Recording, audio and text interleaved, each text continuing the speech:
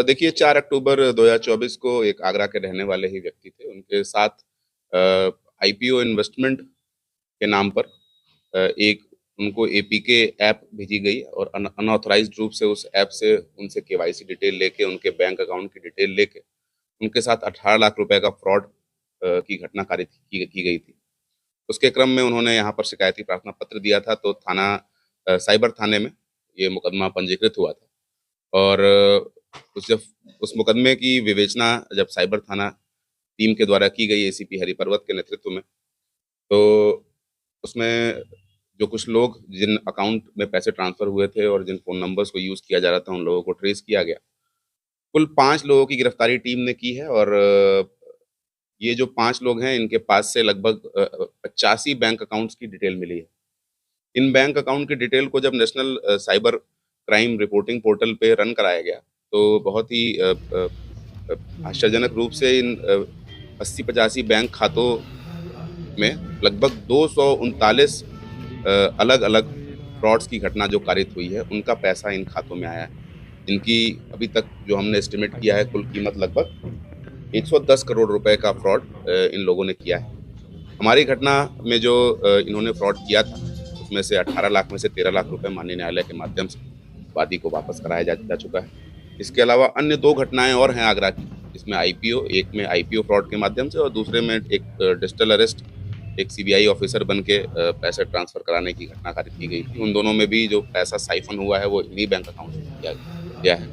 इनके पास से जो इलेक्ट्रॉनिक डिटेल्स और साक्ष्य बरामद हुए हैं और जो बातें इनसे पूछताछ में सामने आई हैं, उससे ये प्रतीत होता है कि एक बहुत ऑर्गेनाइज़्ड एक गैंग है जिसमें ये काम करते थे। इनके पास जो टेलीग्राम ऐप पे जो इनकी कन्वर्सेशन है, उससे ये भी मालूम पड़ता है कि इनके पास रेडी टू सेल जो है म्यूल अकाउंट किट्स होते थे, जिसको ये बहुत ही ईज़िली टेलीग्राम पे बेच दिया करते थे, जिसमें बैंक अकाउंट डिटेल और फ़ोन नंबर, मोबाइल नंबर की डिटेल हुआ करती थी। और उसके माध्यम से भी ये लाभ अर्जित करते थे। बहुत सारे मोडस ऑपरेंडी इनके, ये बहुत विस्तृत तौर पे लगातार काम कर रहे हैं। इन सभी पाँचों अभियुक्त को माननीय न्यायालय के समक्ष प्रस्तुत करके जो संगत धाराएँ हैं, उनमें रिमांड लेके अभी भेजा जा रहा है और इस पूरे जो इनका स्कैम करने का तरीका था, उसको स्टडी किया जा रहा है। इनके पास से जो मोबाइल, लैपटॉप बरामद हुए हैं, उनमें से साक्ष्य बरामद किए जा रहे हैं और भी इनके साथ बहुत सारे लोग जुड़े हुए थे। बहुत बड़ा इनका नेटवर्क था और तमाम सारे न केवल भारत में बल्कि विदेश के लोगों के साथ भी इन्होंने फ्रॉड की घटनाएँ की हैं। कुछ-कुछ साक्ष्य हमें ऐसे भी मिले हैं जिसमें भारत से बाहर जाने वाले लोगों को साइबर स्लेव बनाकर उनसे साइबर फ्रॉड कराने की घटनाएँ कारित की जाती हैं। वैसे भी साक्ष्य मिले हैं, उसके बारे में भी इन्वेस्टिगेशन की जाएगी और पूरे फॉरवर्ड और बैकवर्ड लिंकेज को जोड़ते हुए जितने भी इस गैंग में इन्वॉल्व अन्य लोग होंगे, उन सभी के खिलाफ कार्रवाई की जाएगी, सबको गिरफ्तार किया जाएगा। अभी जो सभी खाते इनके मिले हैं, उनको फ्रीज़ कराने की कार्रवाई की जा रही है, उनमें जो धनराशि है, उसको फ्रीज़ कराने की कार्रवाई की जा रही है और भारतीय न्याय संहिता की धारा 112 यानी मेजर ऑर्गेनाइज़्ड क्राइम की धारा को बढ़ा के इन सभी के खिलाफ आवश्यक कार्रवाई भी की जाएगी। देखिए, अभी मैंने आपको ऑलरेडी बताया कि लगभग 80 के आस-पास खाते इनके पास मिले हैं और उसमें उन खातों में लगभग 235 साइबर फ्रॉड के पैसे आ चुके हैं। कुछ इनके साथ कुछ बैंक और अन्य कर्मचारियों की भी संलिप्तता नज़र आई है, उनके खिलाफ भी कार्रवाई की जाएगी, उनके खिलाफ भी साक्ष्य मिले हैं। बैंक के लोग भी हैं, जो इनके साथ मिलके बैंक अकाउंट खुलवाते हैं। उनकी भी हमारे पास प्रॉपर डिटेल मिली है, उनके खिलाफ भी इन्वेस्टिगेशन में साक्ष्य लेके और उनको भी हम लोग बहुत शीघ्र गिरफ्तार करेंगे।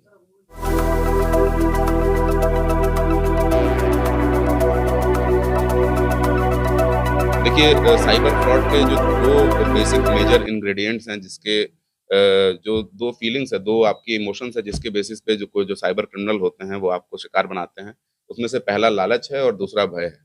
तो मैं आप सभी के माध्यम से यही संदेश देना चाहूँगा कि जनता को किसी भी सोशल मीडिया पे या ऑनलाइन प्लेटफ़ॉर्म पे बहुत ज़्यादा लालच में आकर कहीं इन्वेस्टमेंट करके आपको कोई अगर ऐसा लालच दे रहा है कि आपकी धनराशि को दुगना-तिगुना कर दिया जाएगा, तो आपको ये समझना चाहिए कि ऐसा संभव नहीं है। कभी भी इस तरह के शॉर्टकट्स के चक्कर में ना पड़ें, इसमें नुकसान ही हो सकता है।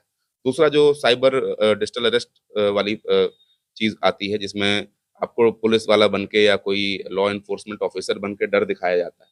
उस तरह की घटना कारित की जाती है।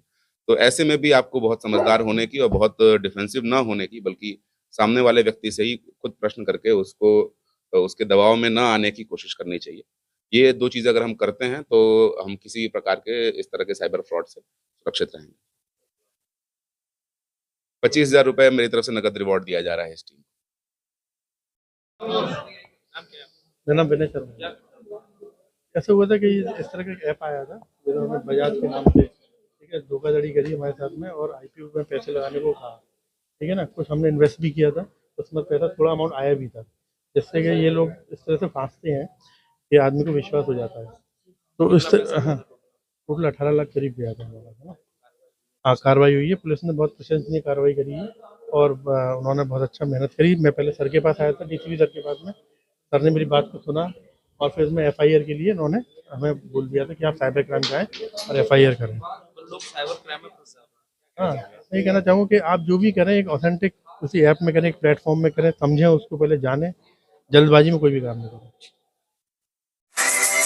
जनवाद टाइम्स की सभी खबरों को लगातार देखने के लिए चैनल को लाइक, सब्सक्राइब और शेयर जरूर करें। धन्यवाद।